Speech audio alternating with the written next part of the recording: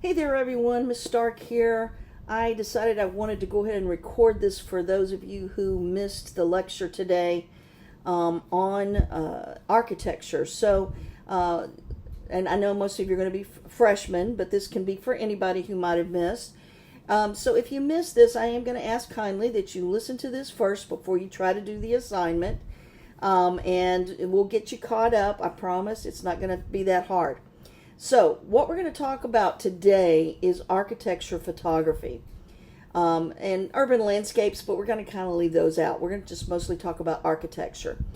The image that you're looking at right there is an image that I took when I was in Italy last. Actually, the only time I went to Italy.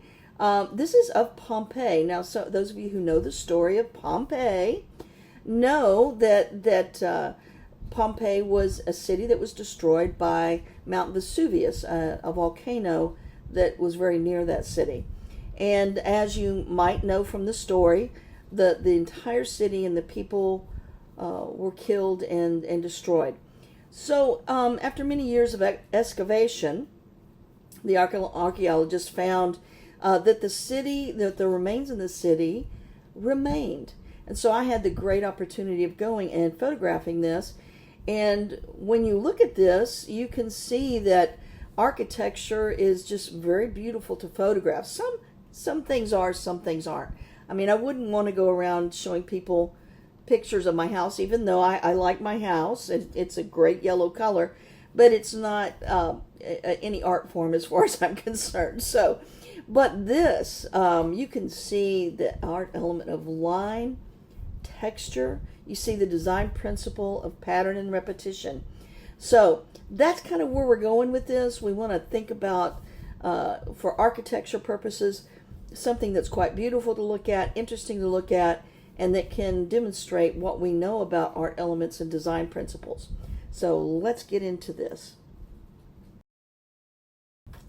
My goal for you guys is to understand and examine three methods for photographing architecture. The big view, the detail shot, and the interior view. Now, that being said, we're going to mainly concentrate on the big view and the detail shot. We'll talk a little bit about the interior view, but that's not where we're going to plant our feet. Now, some important vocabulary that you need to remember. Now, all of you already know some of this vocabulary. It's a kind of a repeat, but we're revisiting it because it's some of the stuff that we are going to be looking for. Indirect portraits I'll be going over with you in a few minutes, so we'll talk about that in a few minutes. Pattern and repetition is something that we have studied, and as you know, that is a design principle. And we can use art elements to repeat themselves in a composition which creates pattern. That's why we say pattern and repetition. And if you look at the image that's actually on the screen right now, this is in a hotel looking down from one of the top floors. And you can see down below there, I believe there's a bar. And it's really quite beautiful, the pattern and repetition that is created with this view. And we're going to be talking about some other aspects that you see here that you don't quite understand yet. So we're also going to talk about contrast. There is contrast going on there, and that actually helps create that pattern and repetition as well. You'll also be reading about today a low key print and a high key print. Basically, it's a light print and a dark print. Both yield a couple of different things, so I want you to read about it when I ask you to. And I think you're going to discover some really important things there as well. We've talked about texture. Texture is an art element. And we can certainly, when we look at this image right here, feel kind of an idea of texture going on besides all of that pattern and repetition that's going on. The big view is something we'll be tackling in a moment here. Perspective distortion as well. And then the detail shot. So let's kind of get into this. Now we're going to start off with taking a look at this building right here. So I'm going to show you this building And I want you to think about what kind of impression you get about the people that live there. Now, some of you already thought in your head, probably, man, these people are poor people. And probably so. Or maybe it's redone on the inside and it looks really great. Who knows? But by just looking at the exterior of this building, my thoughts are that these people are in poverty.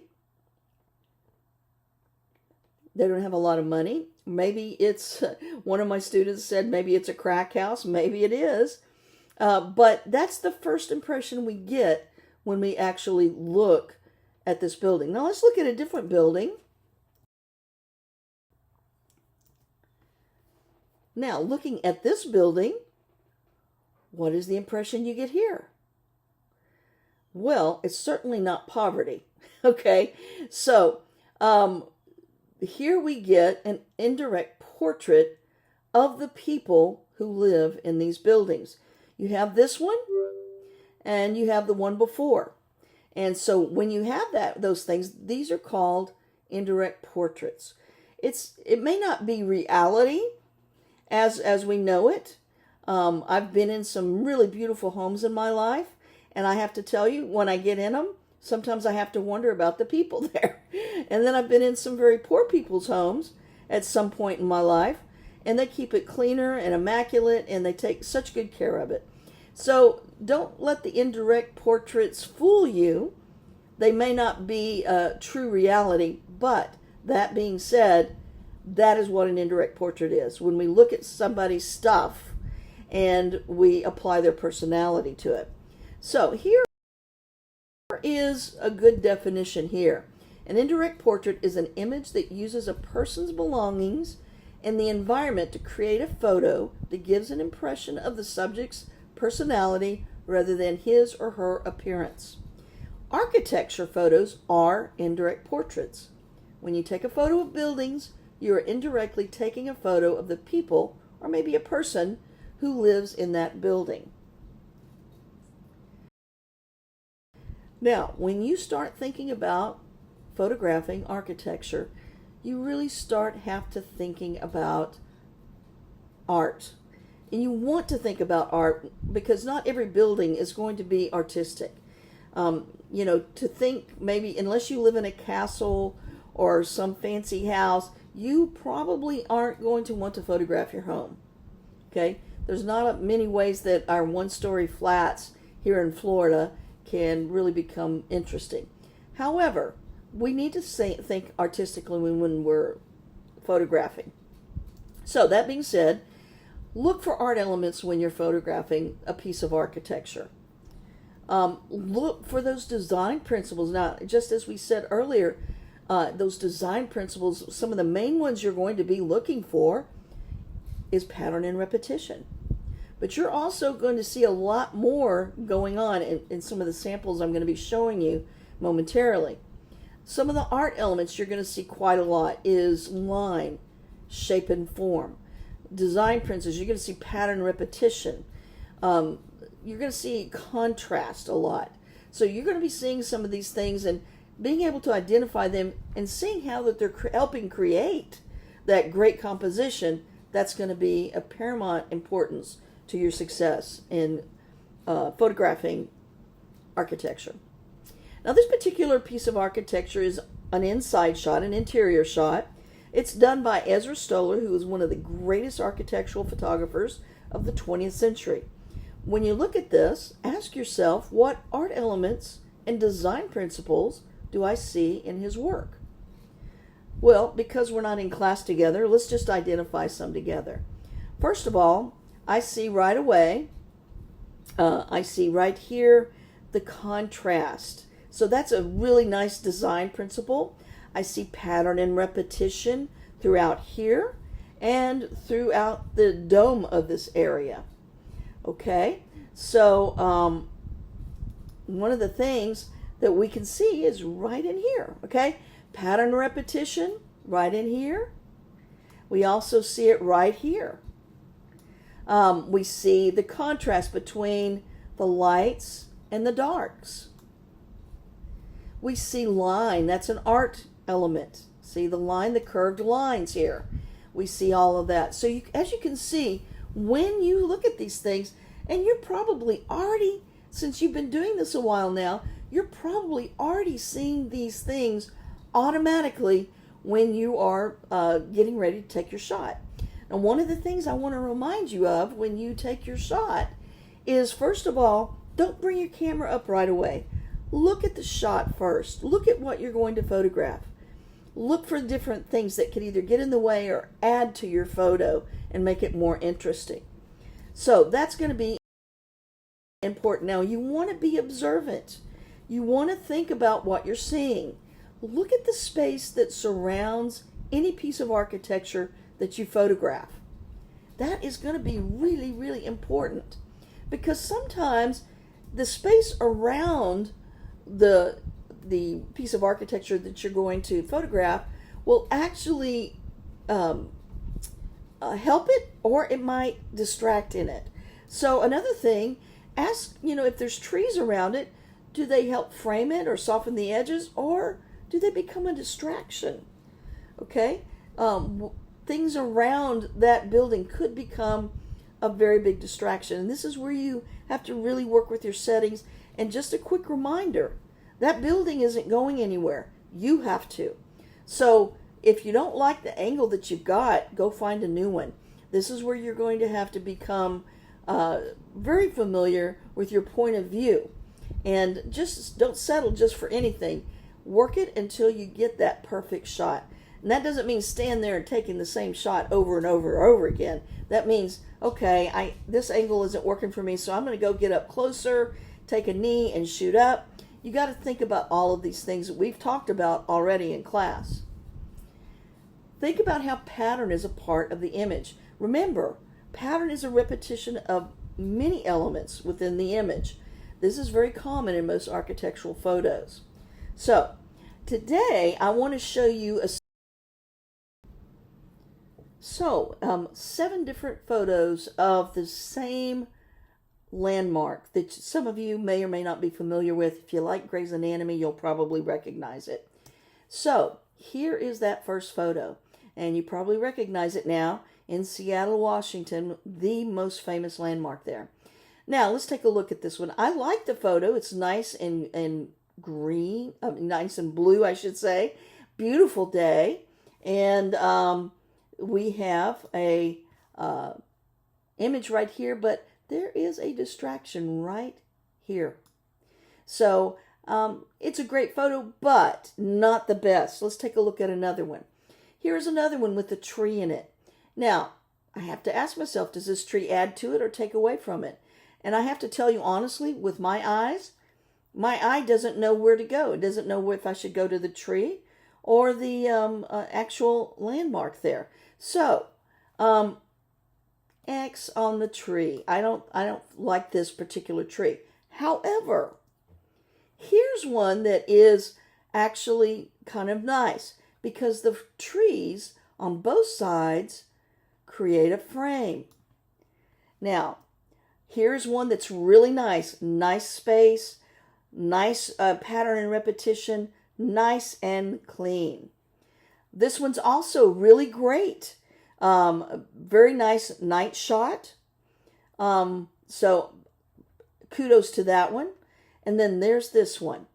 Now, everybody loves a good Ferris wheel, but if your subject is the actual landmark there, then this does not work. Okay? And then finally, here's a very odd one. This one has the fog coming in. If you've ever been to the Pacific side of the world, you know that, especially in the United States, you see a lot of fog roll in off the Pacific. And this is kind of what's happening here. This is in the skinnier part of this area, and we can actually see the fog rolling in. There are a lot of fog lights, and it gives it kind of that mystical, strange thing going on. I almost feel like I'm looking at a sci-fi movie by looking at that. So we have, we have some good photos in here. We have some questionable ones. So it's really important. to remember, you have to be the person to move. That piece of architecture is not moving. So if you're not happy with your shot, you need to move around that subject. How am I going to make this look really great? So think about those things as we move forward. Let's talk about our camera settings. Camera settings for the big view. Now, it's really important to understand what the big view is. Big view is when you see the entire piece of architecture. You've captured that entire piece. So you want to have your camera settings set for a large depth of field, which means a high f-stop. Small aperture, high f-stop, that's going to help you create a large depth of field. That means you'll see everything in focus and clear. All right, you want everything as clear as possible. You also want to look at your lens. Now, we are equipped with 18 to 55 millimeter lenses, and what that simply means to you is that we can zoom in or we can get kind of a wide angle setting. The wide angle settings for that lens are going to be between 18 and 28. You don't want to go above that. My suggestion is keep it down to 18 because you're not zooming into anything, and you can just get a much clearer, a little bit of a wide angle lens. And remember, with all of that being said, distance, focal length, and aperture control your depth of field. So remember, those three things are going to really, really affect what you do. Now, you want to pay attention to your lighting, guys. And the first thing I want to tell you is ISO. If you are in the shade, but you're photographing something that's not in the shade, it's fully lit, then you don't want to set your white balance on shade. You want to set it where? Yes, you got that right. You want to set it on daylight, or if it's cloudy, cloudy. Now, caveat here is that if you are in the shade and you are photographing something in the shade, then yes, of course, you want to set that white balance on shade. So it's very important to have your white balance set correctly. When outside, don't forget to set it for whatever the condition is. That's the ISO and your white balance. When inside, pay attention to the lighting. And it's tricky nowadays because when you're inside different places, they're using these LCD bulbs now, which can go warm or cool. So a good way to remember this is that if the light is warm, you'll probably want to go with a tungsten setting. If the light is cool, kind of a bluish type of thing, or super white, then you want to set it on fluorescent. You may have to experiment a little bit with these newer lighting fixtures, but pay attention to that because it can affect the outcome of your photo. If you make a mistake, remember, it can be corrected in Photoshop, but the whole key here is to learn how to get it from behind your camera. Now, when we talk about the lenses, I just mentioned that to you, is we are equipped with those 18 to 55 millimeter lenses. And this actual photo is taken a little bit below the Eiffel Tower, shooting straight up. And it's set up. Now, I'm sure that this photographer had just an actual wide angle lens. We are equipped with those 18 to 55 millimeter lens, and we'd want to set it here for 18 millimeters. Now, that is really, it gets a really cool shot, but you also get what we call perspective distortion. And I'm going to go over that with you here in just a moment. But you get a nice clean shot with this angle. Now, the big view, which is what you just saw, the whole piece, but in an interesting angle, the wide angle overall view. You'll get all of the piece of architecture in that particular image. Now, the drawback, the wider the lens and the closer you are to the subject, you're going to get what we call that perspective distortion. Now, all that means is it's kind of like pictures of railroad tracks that you've seen in the past. You know that the railroad tracks run parallel and are the same distance all the way down the railroad track. But sometimes when you look at a picture of it, if they've taken it with a wide angle lens, you'll notice how the tracks kind of start coming together towards the end of the photo. That is called perspective distortion. So that happens sometimes when we are standing close to a building and shooting up, just like that Eiffel Tower.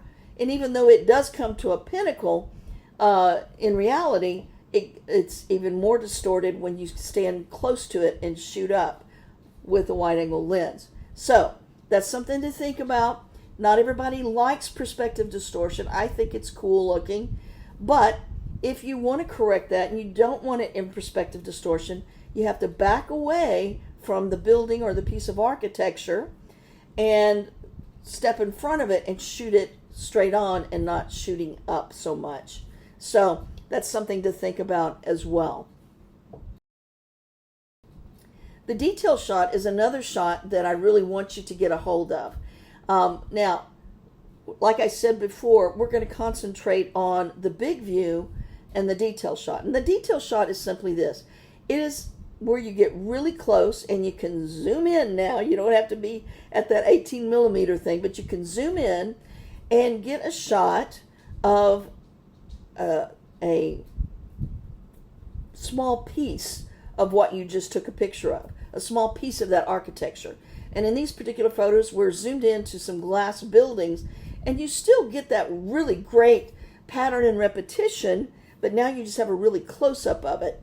Now, in some instances, now you can see these are shot at a large depth of field. So you don't lose anything, nothing's blurry anywhere in it, and you really get a nice clean shot.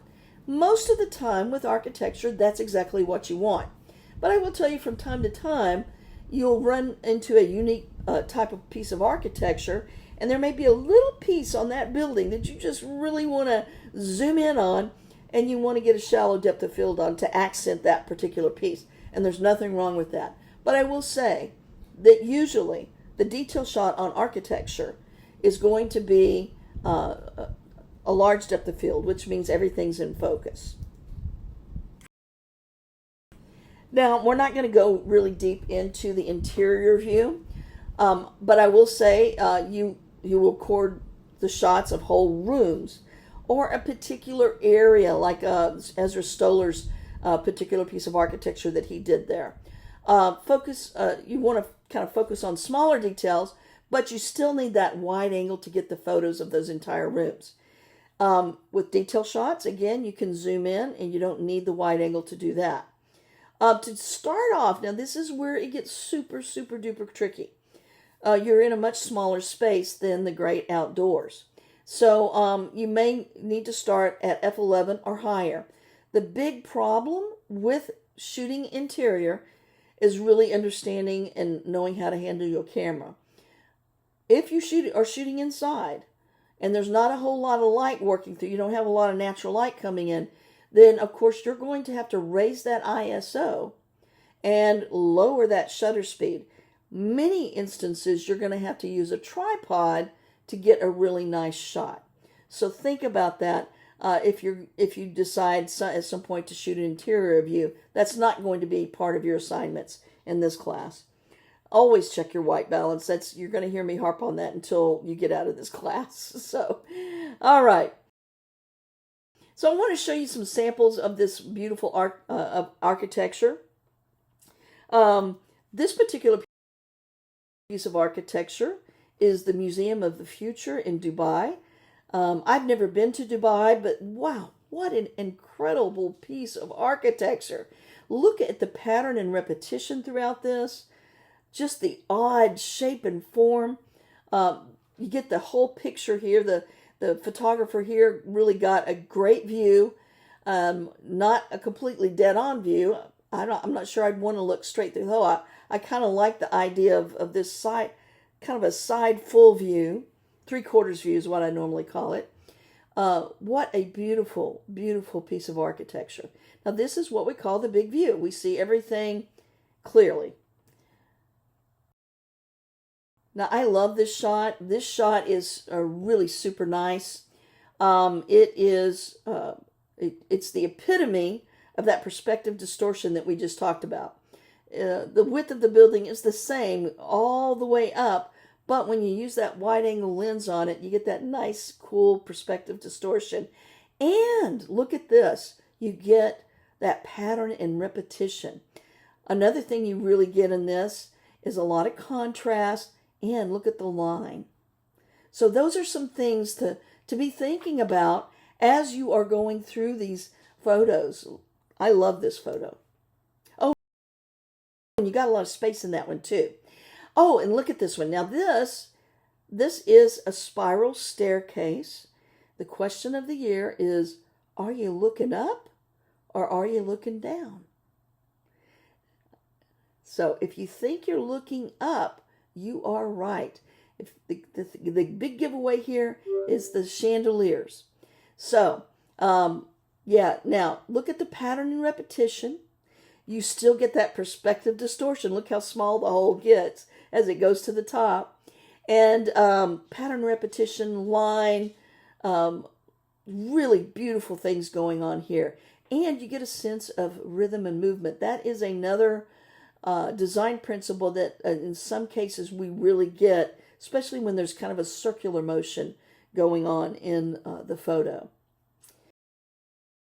This is a really odd building, which I thought would be interesting to share. Shape and form is the big deal here, okay? The Palau de las Arts also is known as the Opera House in Valencia, Spain. Very odd, shape and form to the max. You do have some nice pattern and repetition, like in this area right here, up here. But I love the contrasting texture too, because you get this nice smooth thing going on here, and then you get this other stuff going on. So love it, love it, love it. So this is a place that I am super familiar with. I love this place, the Pantheon in Rome, Italy. Now I have some really beautiful prints that I actually took myself from the inside of the building, where you get where I really got some beautiful pictures of the niches that are in the dome of the building. It's an amazing building. But this part of the building, you get all the, look at the line, the repetition here. You've got texture everywhere. What a beautiful, beautiful building. Great photo here. It's rare that you can get an actual photo of this building without people around it. So this is a very rare photo indeed.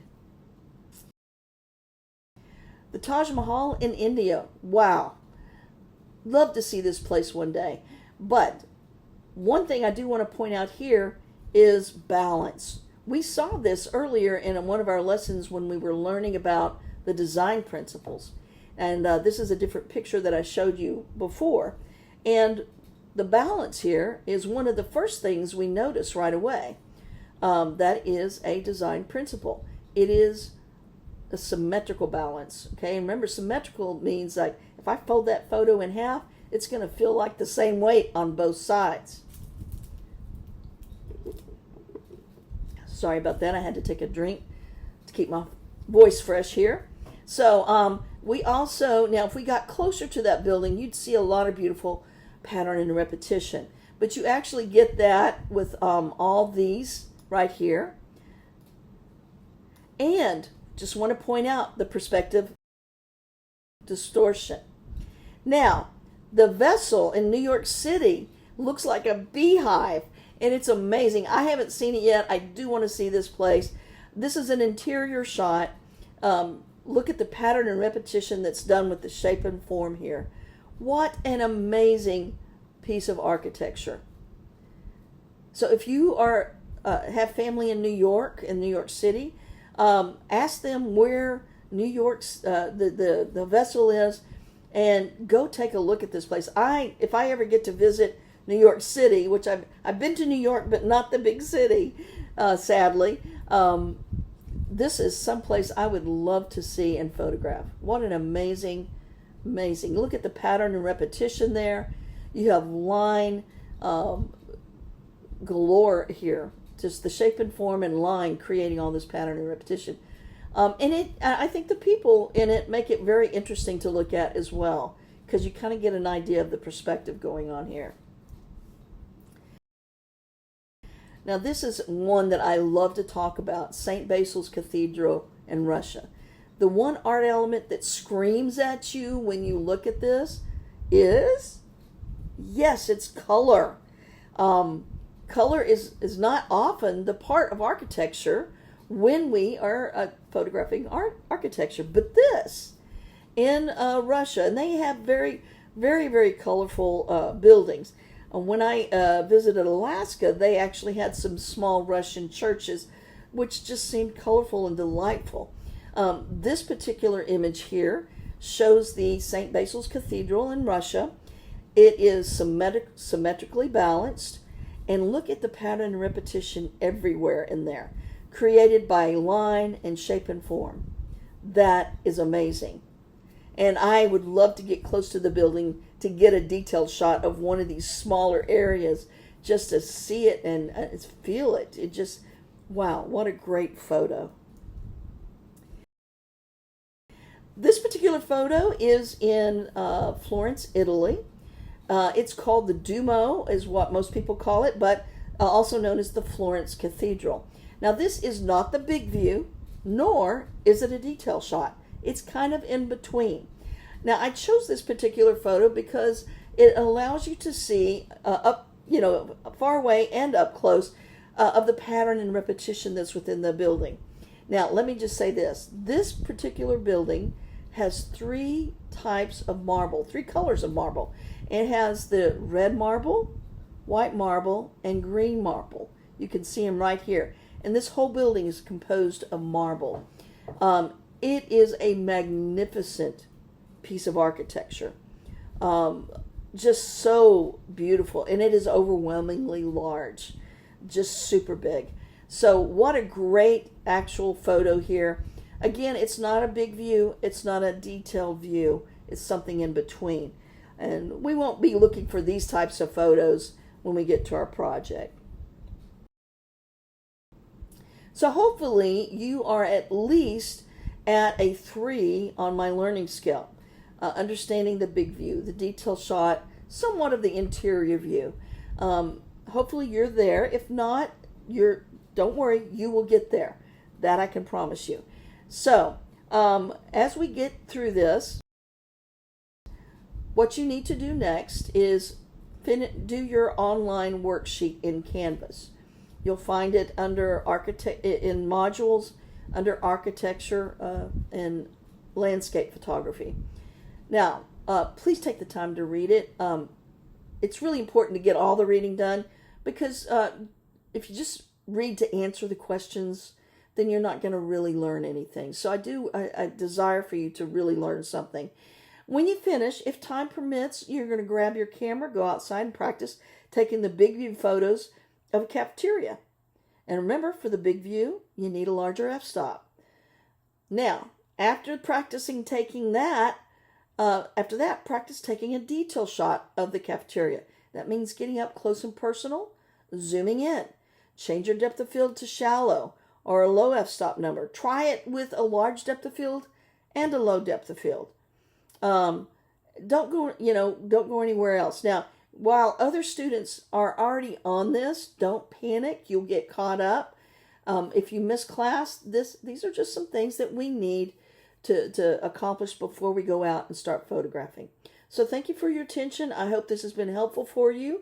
And if you have any questions, you know how to find me.